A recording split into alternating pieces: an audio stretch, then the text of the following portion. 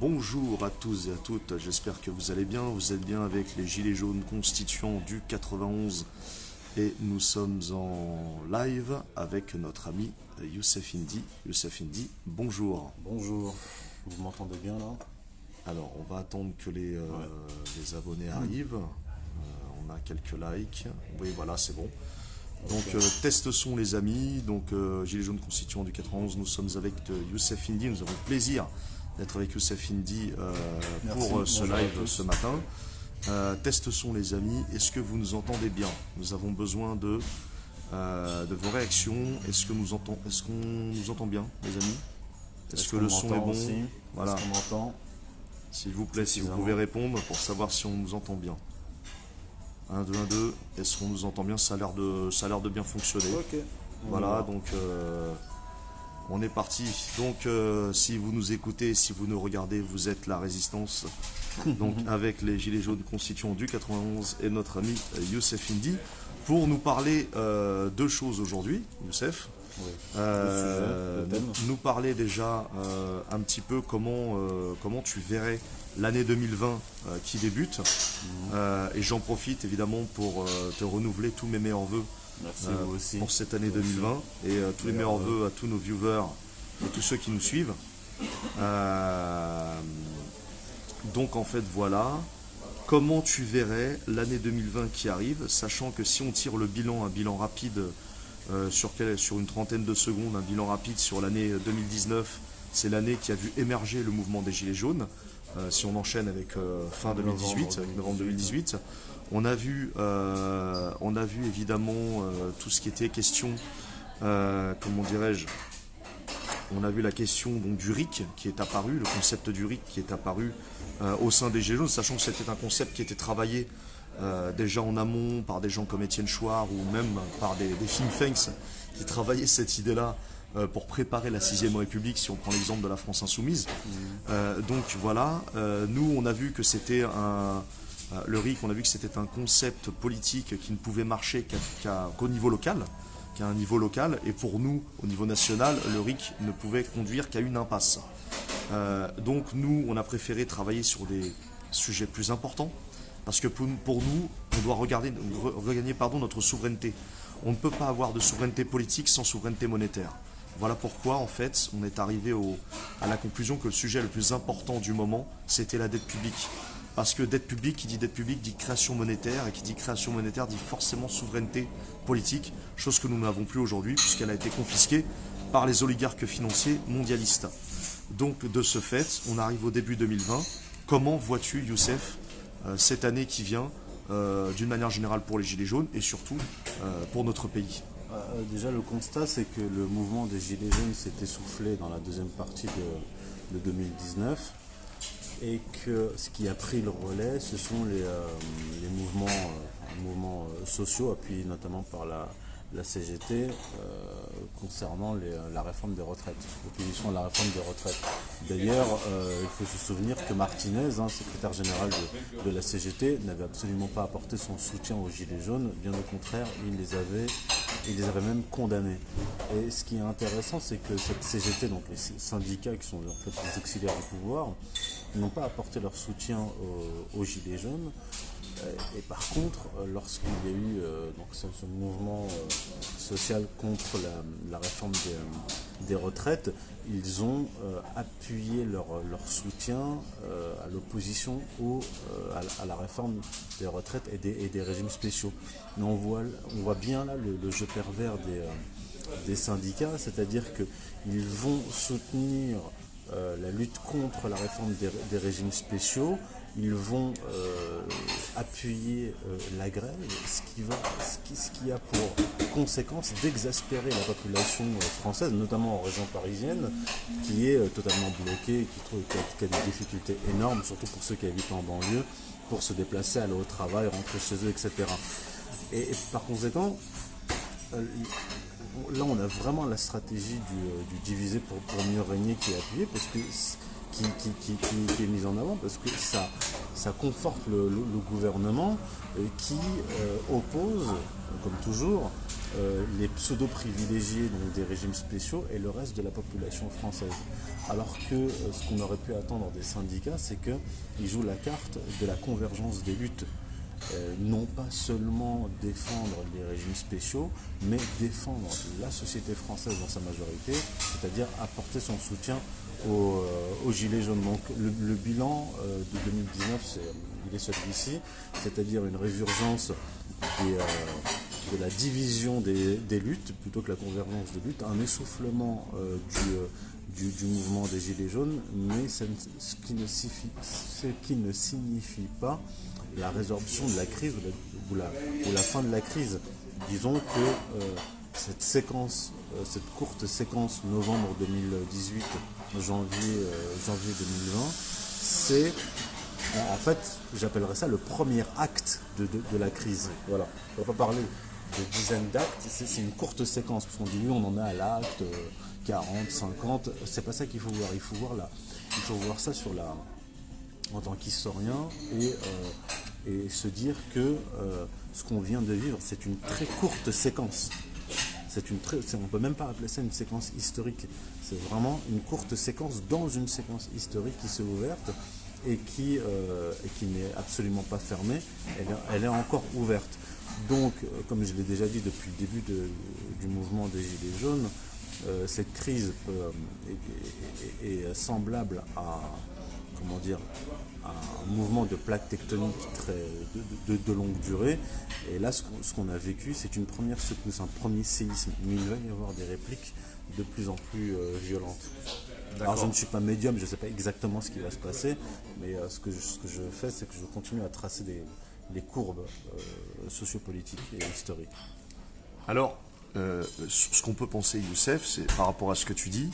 Donc si on prend la métaphore de la sismologie, la tectonique des plaques, etc., donc il va y avoir des répliques. Est-ce qu'on peut penser que finalement les Gilets jaunes ne sont qu'une étape vers quelque chose de plus radical? Là, tu nous as parlé par exemple de l'exemple des retraites, l'exemple de la trahison des syndicats qui de toute façon on s'en doutait tous. On avait prouvé d'ailleurs dans nos précédentes vidéos qu'à travers les bailleurs de fonds des syndicats qu'est l'Union européenne et on va dire certaines entreprises privées, on savait très bien, et beaucoup de grévistes qui ne sont pas forcément syndiqués, mais savaient très bien qu'ils allaient être trahis au plus haut niveau, et que la base ne pouvait rien espérer du syndicalisme concernant la réforme des retraites qui était déjà actée dans certains think tanks, notamment l'Institut Montaigne et Terra Nova, qui était acté dans certaines loges et était acté évidemment par les directives de l'Union européenne. Bien sûr. Donc à partir de là, on savait très bien qu'on serait paralysé. Donc finalement, est-ce que la radicalité pour 2020 ne viendrait-elle pas vers une orientation sur les grands sujets? Que finalement les gens prennent conscience que ce n'est pas aux conséquences à lesquelles il faut s'attaquer, mais bien aux causes.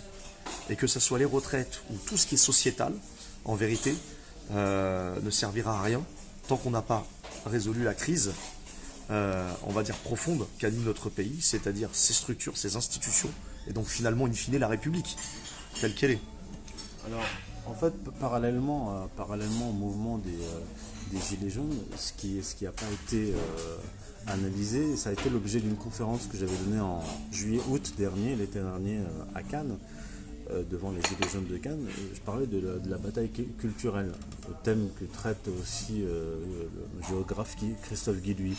Et en réalité, les Gilets jaunes, la France périphérique plus largement, a déjà gagné la bataille culturelle sur le plan des idées, c'est-à-dire mise en avant du protectionnisme économique, comme vous l'avez dit, l'illégitimité de la dette, le rançonnage en fait de l'État, dont déjà parlé Karl Marx en 1848, le rançonnage de l'État par le système bancaire. Donc parallèlement à cette crise, à ces remous, il y a eu un travail culturel de diffusion des idées qui s'est quand même bien établi.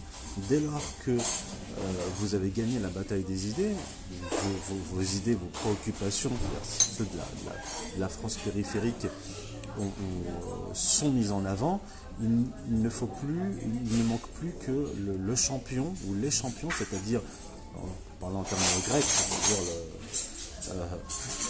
lorsque la France périphérique aura trouvé ses champions, c'est-à-dire un membre de l'élite ou quelqu'un qui va émerger de la France périphérique pour représenter les intérêts de la France périphérique, là on aura un débouché politique. Mais jusque-là, on a une crise qui est, je dirais pas informe, qui est diffuse et qui n'a pas encore été structurée au niveau des revendications et même au niveau politico-politique, c'est-à-dire comment transformer les revendications de la France périphérique en un programme, en un projet politique viable.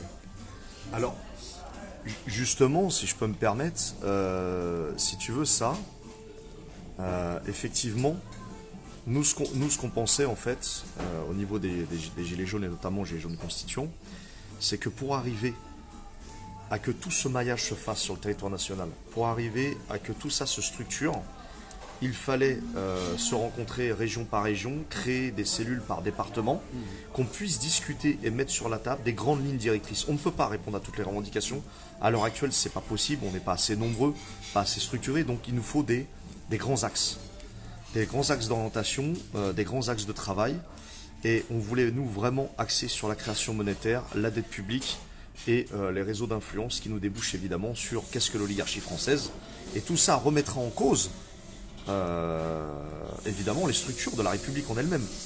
Donc on s'est dit que si on se concentrait sur 2 ou 3 sujets, on arriverait à, comment dirais-je, on arrivait peut-être à un consensus au sein des Gilets jaunes, d'une manière générale, et au sein, je dirais, de toute association ou tout mouvement qui essaye justement de changer les choses dans notre pays et de former une véritable opposition, à contrario de l'opposition contrôlée. C'était de sortir des schémas classiques et d'aller vraiment dans la radicalité. Donc, effectivement, avec toutes les analyses qu'on a entendues, dont la tienne à plusieurs reprises sur certaines vidéos, nous, ce qu'on comprend évidemment, c'est qu'il faut absolument, et là ça devient une urgence, de se structurer au niveau national, et on fait des efforts en ce sens-là. Donc, je pense que 2020, pour en terminer là sur ces perspectives 2020, c'est d'une, se structurer nationalement, créer des cellules par département et par région, et ensuite arriver à déboucher sur des grandes orientations et des outils. Par exemple, nous, ce qu'on propose, c'est la création d'un outil juridique, politique et symbolique autour d'un moratoire. Un moratoire sur la dette publique qui nous conduira forcément à des échanges intéressants, à rencontrer des intellectuels, nous-mêmes à nous former sur le tas, et essayer de faire comprendre à la population l'urgence de la situation quant à la dette publique. Parce que pour nous, si on annule une partie de la dette publique, voire sa totalité, on peut s'apprêter à arriver aussi, tout cet argent-là, si on va joindre à ça l'évasion fiscale, qui représente entre 100 et 120 milliards d'euros par an, ce qui n'est pas rien, si on calcule tout ça, tout cet argent, plus du crédit productif, on pourrait réorienter ça et injecter ça évidemment dans des politiques sociales, économiques. Et là, notre pays pourra enfin se relever. Donc là, on pourrait déjà avoir des solutions économiques, on va dire à moyen et long terme. Donc on pense, nous en tout cas, se diriger vers ça. Et quant à la structure politique et le régime politique que l'on combat, c'est-à-dire le régime représentatif de la Ve République, je pense que les gens commencent à comprendre qu'on pourra lancer un RIC, 3 RIC ou même le RIC en toutes circonstances, ça ne fonctionnera pas. Parce que tant que le RIC est sous la forme républicaine, on ne gagnera rien. L'oligarchie n'a aucun intérêt à nous donner du RIC en toute matière, tout en restant dans la Ve République. Et quand je dis de Ve République, évidemment, on ne pense pas nous à une 6e ou quoi que ce soit, on pense à l'abolition totale de cette République, pour aller vers une démocratie première ou un autre système. Voilà, en tout cas, nous, c'est comme ça qu'on voit les perspectives 2020. Et en tout cas, je te remercie, Youssef, pour cet apport et ta vision des choses pour 2020, comment pourrait être l'année qui vient, et surtout ton passage sur évidemment l'année 2019 c'est terminé avec cette crise syndicale entre guillemets, et on voit bien vers quoi ça va nous conduire. Maintenant, si tu me le permets, on va aller un peu vers le terrain de la géopolitique, parce qu'évidemment l'avenir de la France est conditionné finalement par les événements internationaux.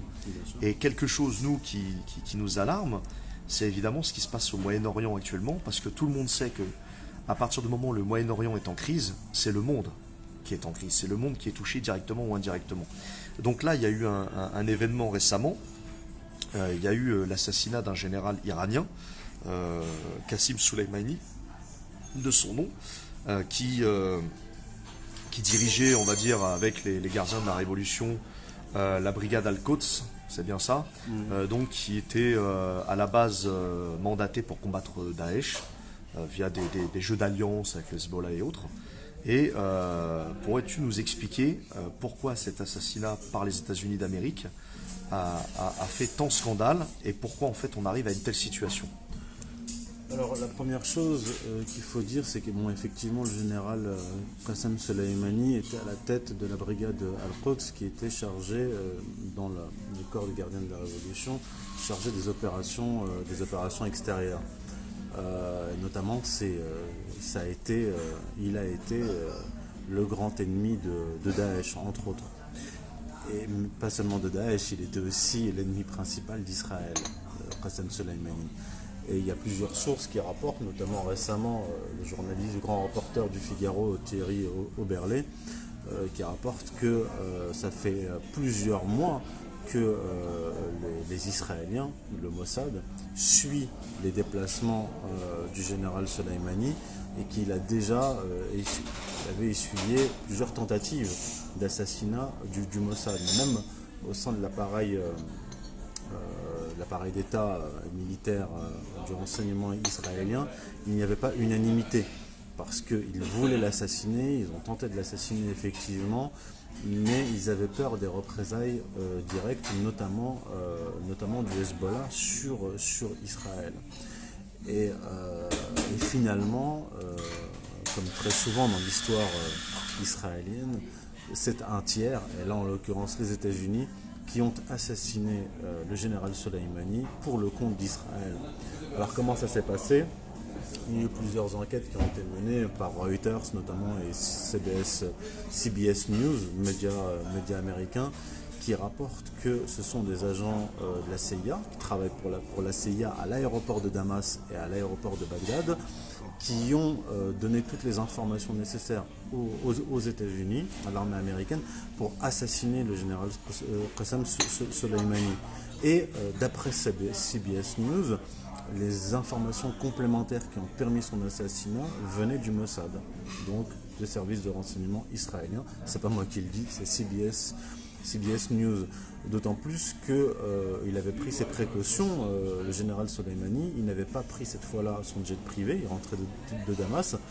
Il a pris une compagnie aérienne privée syrienne et son nom et celui de ceux qui l'accompagnaient n'apparaissaient pas dans la liste des passagers. D'accord.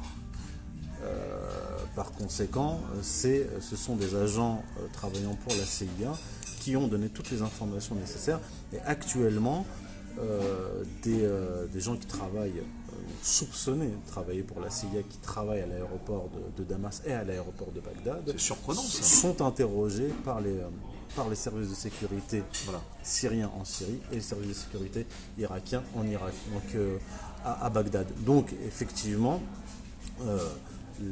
l'assassinat du général Soleimani a été permis par des agents travaillant pour la CIA et le Mossad.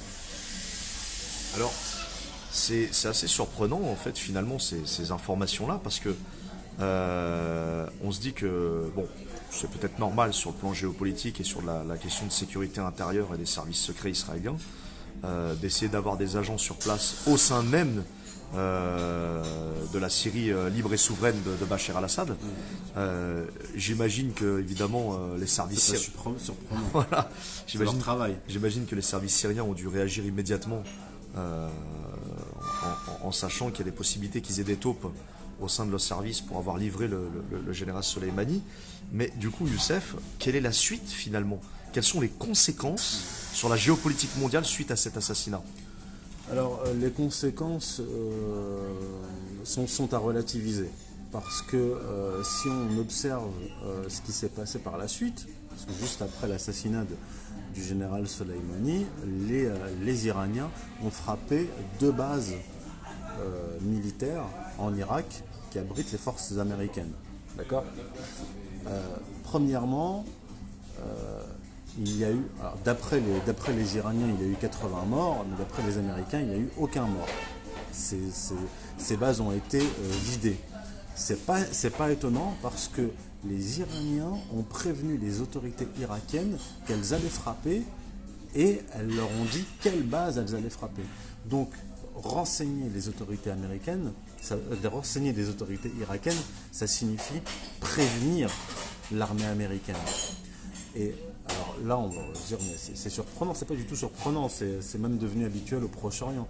Lorsqu'en avril 2017 et en avril 2018, Donald Trump a mené des frappes théâtrales en Syrie à la suite de fausses attaques chimiques attribuées au président Assad, la ligne de communication établie entre l'armée américaine et l'armée russe, par laquelle les Américains ont prévenu les Russes qu'ils allaient frapper et où ils allaient frapper. Et donc les Russes ont prévenu les Syriens qui ont vidé les lieux. Et il y a quasiment pas eu de dégâts. Et lors de l'une des deux attaques, en plus il y avait plus d'une centaine de missiles, il n'y avait eu que 3 blessés. Donc et Donald Trump avait fait encore une déclaration théâtrale en disant le boulot est terminé, maintenant on rentre à la maison. C'est pour donner le change aux faucons et aux pro-israéliens. Du côté iranien, ils ont prévenu les Irakiens pour qu'ils préviennent les Américains, à la fois pour limiter la casse et éviter la guerre. Parce que l'opération iranienne ne visait pas à entrer dans une guerre contre les États-Unis, parce que les Iraniens sont des gens très, très froids, ils n'ont pas le sang chaud, contrairement à ce qu'on peut imaginer, ce sont des gens très rationnels, très froids, qui avaient besoin de sauver la face, c'est-à-dire de dire voilà, on a tué notre général, mais nous n'avons pas peur des États-Unis et nous répondons. Donc sauver la face vis-à-vis notamment de l'opinion publique iranienne, parce que le guide suprême ne pouvait pas laisser ce crime impuni, et parallèlement éviter des morts pour ne pas contraindre par la suite les États-Unis à entrer dans une guerre contre l'Iran. D'ailleurs Donald Trump juste après s'est montré rassurant avec un tweet en disant tout va bien, il n'y a pas eu de mort, etc. Et il a tout de suite déclaré que, alors c'est toujours la même chose, il souffle le chaud et le froid, il a déclaré qu'ils allaient augmenter les sanctions contre l'Iran et qu'il invitait les Européens à sortir de l'accord, mais il a dit que les États-Unis étaient prêts à la paix avec ceux qui la veulent.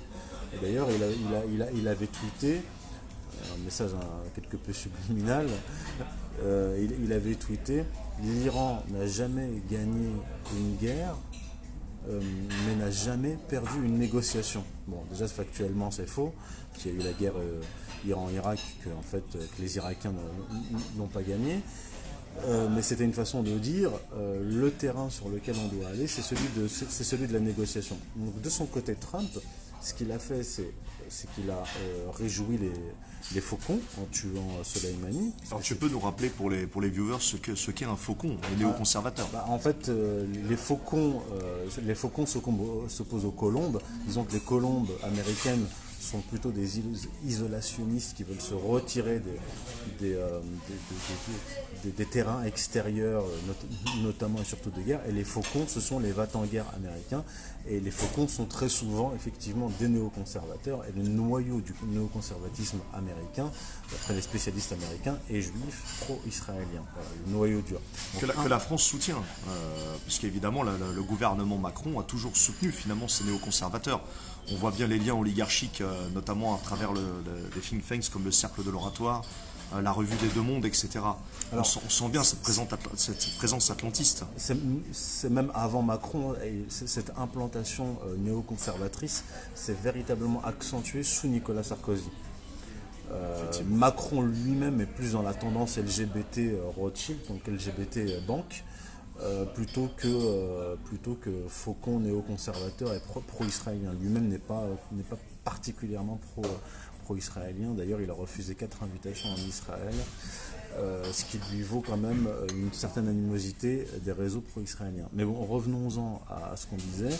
Lui, Donald Trump, il a donné le change en assassinant ce général important iranien que voulait tuer les Israéliens depuis un certain nombre de mois parce qu'il pose problème. Il est comment dire, le représentant d'un certain impérialisme iranien au Proche-Orient parce que la destruction de l'Irak par les États-Unis a laissé le champ ouvert à l'Iran qui maintenant est présent du Liban jusqu'à l'Iran en passant par la Syrie et l'Irak. Donc Trump a donné le change.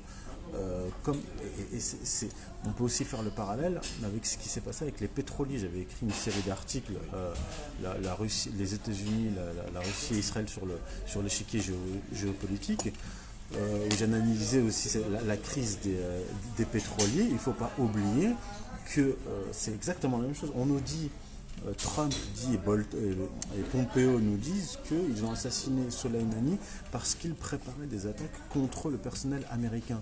Or, c'est exactement le même média mensonge.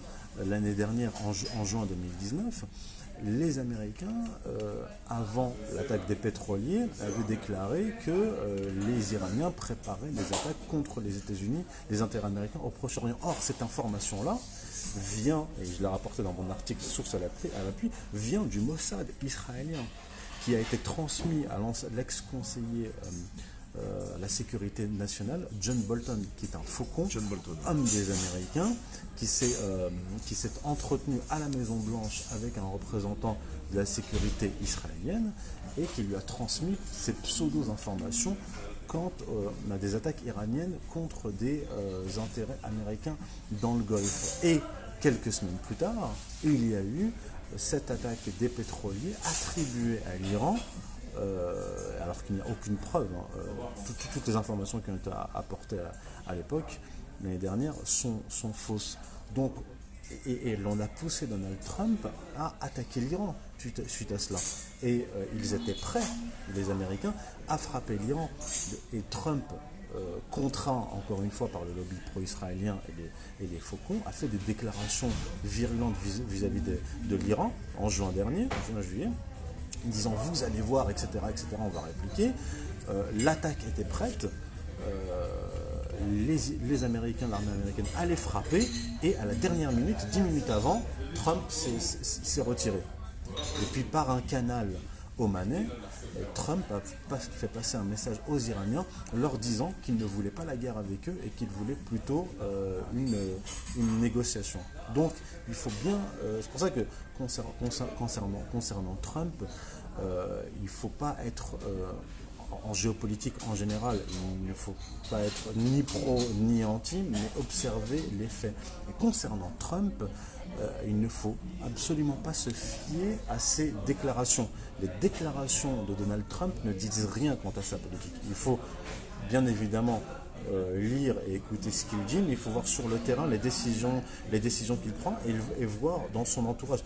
Lorsqu'il y a eu la crise des pétroliers et que les Américains allaient frapper l'Iran, le New York Times rapportait, parce que je suis désolé, mais il faut aller, pour savoir ce qui se passe aux États-Unis, il faut aller à la presse américaine et à la presse aussi israélienne. Et les sources sur lesquelles je m'appuie très souvent pour ce qui concerne Israël et les États-Unis, c'est bien sûr la presse israélienne et la presse américaine, c'est les mieux informés. Il y avait deux tendances, à la fois à la Maison-Blanche et au Pentagone. Il y a les faucons d'un côté qui poussaient à la guerre contre l'Iran, et une autre partie de l'entourage de Trump à la Maison-Blanche et au Pentagone, des membres importants du Pentagone qui s'opposaient à la guerre contre l'Iran. Même en 2007, on avait déjà le même scénario, c'est-à-dire les faucons et les colombes qui s'opposaient par rapport au cas iranien. Donc il ne faut pas croire qu'aux États-Unis, c'est un bloc monolithique à la Maison-Blanche et au Pentagone. Non, absolument pas. Il y a des gens, des militaires haut gradés américains qui s'opposent très fermement à la guerre contre l'Iran. Alors là, ce qui nous amène évidemment à plusieurs questionnements rapides. Ce qui veut dire que finalement le gouvernement Trump, c'est un des premiers dans l'histoire où on voit autant tirailler entre les néoconservateurs et les isolationnistes, qui justement ne veulent pas de cette guerre, elles veulent plutôt essayer de préserver patriotiquement les États-Unis de cet atlantisme qui sont en train de les tuer depuis des dizaines d'années maintenant.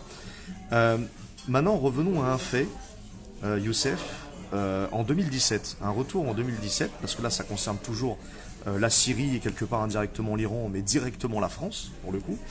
Ce qui s'est passé en avril 2017, quand Emmanuel Macron, 2018, pardon, excuse-moi, quand Emmanuel Macron décide de manière unilatérale, je dis bien unilatérale, donc c'est une trahison vis-à-vis de la Constitution et un manque de respect vis-à-vis des procédures parlementaires, parce que normalement tout acte de guerre doit passer par le Parlement.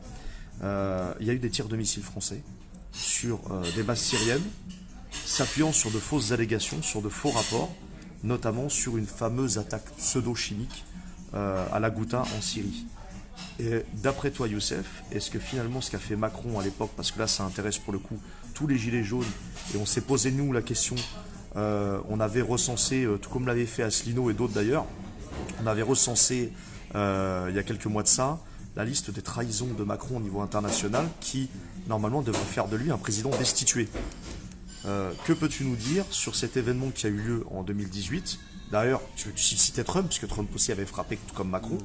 Macron décide de manière unilatérale d'attaquer des bases syriennes sans mandat du Parlement, sans être passé, sans avoir respecté les protocoles. Est-ce que c'est une trahison de la Constitution ou pas? Alors, il ne faut pas oublier que sous la Ve République, le président français, avec la Ve République, est dans le monde occidental le président qui a le plus de pouvoir. D'ailleurs, le système politique russe est calqué sur celui de la Ve République. Ça fait de lui le chef des armées. Mener une frappe contre un pays souverain est, c'est pas seulement une violation de la Constitution, je ne suis pas spécialisé à la Constitution française, mais c'est une violation du droit international. Premièrement. Et deuxièmement, il y a eu un précédent quand François Hollande avait voulu frapper la Syrie. C'était en août 2013 et les Américains s'étaient retirés et avaient laissé les Français, l'armée française, en race campagne. Les Américains et les Britanniques se sont retirés parce que les Russes ont envoyé leurs navires qui se sont opposés aux navires américains et français. Il y a d'ailleurs eu des tirs de missiles Tomahawk et des missiles qu'on n'a jamais retrouvés. Alors on ne sait pas s'ils ont été interceptés, enfin bref, ou contre-attaqués par des S-300. Bref, donc Emmanuel Macron se situait, il a commencé son mandat avec une position très hostile à la Syrie et à la Russie.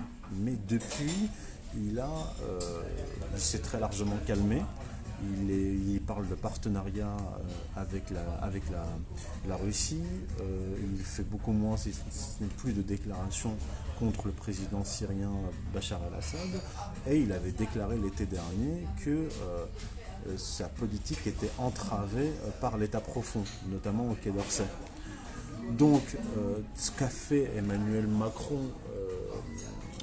à cette occasion était très certainement motivé par l'État profond en France, c'est-à-dire les néoconservateurs implantés très fortement, notamment au Quai d'Orsay, c'est-à-dire au ministère des Affaires étrangères. Mais est-ce que par exemple, tu vois, parce que nous on s'intéresse justement à mettre en lumière ces gens-là en France qui font ce travail de lobbying pour le compte des néoconservateurs et donc forcément des oligarques mondialistes, est-ce que là on pourrait avoir des noms ou des structures en France qui jouent ce rôle de lobbying? Le plus connu, c'est bien sûr le CRIF qui convoque tous les ans le gouvernement français et qui donne ses directives. Et vous avez après il faudrait mener une enquête dans l'appareil d'État pour débusquer les fonctionnaires liés de près ou de loin aux intérêts américains et aux intérêts israéliens. Ça c'est pas mon travail, mais là vous pouvez vous fier aux travaux de nos amis de Faits et Documents qui sont très bien renseignés à ce niveau-là. Donc effectivement il y a un lobbying et qui remonte à loin. Déjà sous le général de Gaulle, ils avaient, vous aviez des agents israéliens qui étaient implantés en France, dans la haute administration française, et qui avaient d'ailleurs volé une partie de la technologie nucléaire française pour la fabrication de la bombe atomique israélienne. Donc c'est pas quelque chose de nouveau. L'activité du Mossad est très importante en France.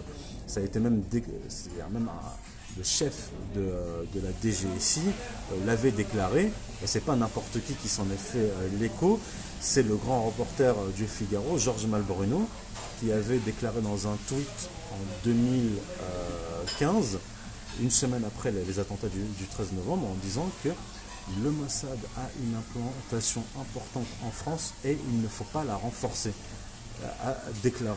rapportant que le patron de la DGSI avait refusé une aide du Mossad par rapport à l'enquête sur le 13 novembre. Très bien, donc... Les attentats du 13 novembre. Alors, tout ça, finalement, nous, si on contextualise... Oui, j'ajoute aussi, c'est aussi une affirmation de l'ancien ministre des Affaires étrangères, Roland Dumas, dans un livre qui s'appelle, je crois, Coups et blessures, où il disait qu'effectivement, le Mossad faisait ce qu'il voulait en France. Voilà. Donc on est d'accord, tout cela ne relève pas d'un complotisme primaire, ni même d'une pathologie aiguë de paranoïa ou de conspirationnisme. Ce sont bien des faits, et nous on regarde les faits tels qu'ils sont. Et on a besoin de comprendre au sein des Gilets jaunes, au sein de la population française, pourquoi notre pays a baissé sa garde au niveau diplomatique, pourquoi la France n'est plus ce qu'elle était, pourquoi elle ne rayonne plus dans le monde au niveau de ses relations internationales.